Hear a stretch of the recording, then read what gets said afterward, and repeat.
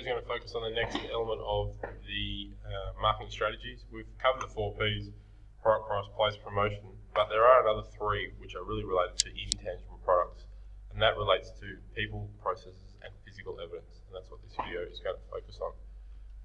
Okay, so 4 Ps are applicable, like I just said, to tangible products, but there are 3 extra Ps really applied to intangible products, so services. So what are they? People. People element refers to the quality of interaction between the customer and those within the business who will deliver that service. If you think about it for a service, it's imperative that there is an effective relationship there between the person doing the selling or the person providing the service and the customer, and that's why it comes under an additional element in terms of the promotion mix. Recruiting and training quality staff is critical in service-based businesses and industries. And why? Well, it's clear that the customer's perception of the product is impacted by how staff treat them. You have a bad experience with a salesman in an ice cream store, for example, and they're really rude.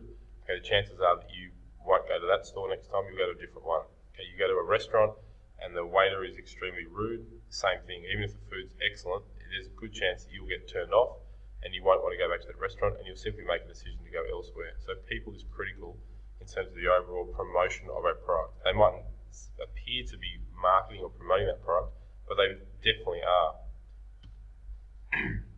Think about Qantas. If you're on a plane and you have a really good experience with the flight attendant, particularly if they help you when you're stressed or you might be unwell on the flight and you have a good experience, that's an excellent form of promotion for that and marketing for that particular airline. There's a good chance that you'll go and tell other people. There's a good chance that you'll fly that airline many times into the future. So people are critical in the overall marketing of a product. Processes refer to the flow of activities that a business will follow in its delivery of a service. Customers are going to judge the business on how efficient and customer-friendly these particular processes are. If a business has inefficient processes, it's going to lose customers. If you go and order a product and the process is poor and it takes weeks to get that product when you were told it'd be 2-day delivery, there's been a breakdown in process. Again, there's a marketing element to that process. Again, you go and tell other people what a bad experience you had, and chances are you won't go and buy that product again. I've had a very positive experience in the past with appliances online, for example. I ordered a washing machine at about 10 p.m. on one evening, and it was delivered, installed, and my old one taken away the next morning by 8 a.m. And that, I've told many people about it.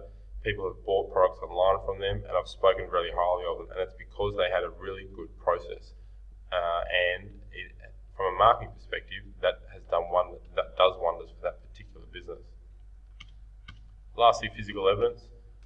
The environment in which the service is going to be delivered. It includes the location of where the service has been provided and the materials needed to carry out the service.